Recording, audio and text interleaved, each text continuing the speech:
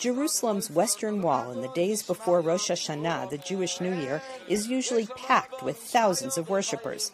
But this year, the holy site is divided into a maze of socially distanced prayer capsules, a preview of how the 3-week lockdown will affect the upcoming Jewish holidays.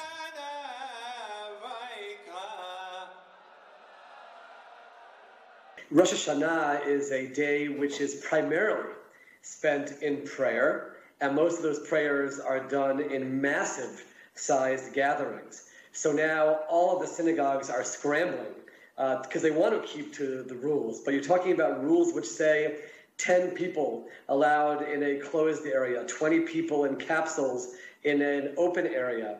So even those who are planning very large open prayer services, open-air prayer services, are scrambling now to keep to all of the regulations. From the beginning of the pandemic, the ultra-Orthodox community was one of the coronavirus epicenters, with many flouting the restrictions against mass gatherings. Israeli Arabs, who make up a fifth of the population, also contributed to the high numbers by celebrating massive weddings with little social distancing. Weddings were, the source of infection Al-Fahim. Now, every day, the daily reports are showing, continuing continuing soar of coronavirus, infected people. So it's disastrous. I think we warned people. People didn't pay attention. Even sometimes they neglected the instructions.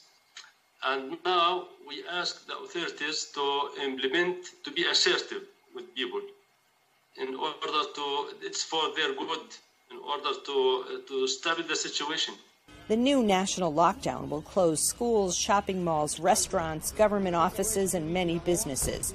People will be allowed to travel only 500 meters from their homes, except to buy food and medicine.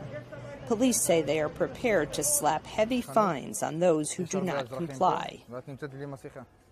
The preparations being made by the Israeli National Police will enforce and implement the government decision, which includes thousands of police officers that will make sure that the full curfew and the lockdown in all the zones across the country will be taking in place. Israel's leadership imposed the first lockdown in March and April, one of the earliest and most successful containment efforts in the world. In an attempt to restart the economy and give Israelis relief, the government lifted most restrictions in May, allowing more businesses to operate. But critics say there was no master plan for managing the pandemic. The virus never tires. It lurks in the darkness and waits for the opportunity. And once we have reopened the economy in a very rapid pace and without looking back, basically. So more and more activities were opened with not paying heed to the signs and signals of a problematic trend that was beginning to ensue.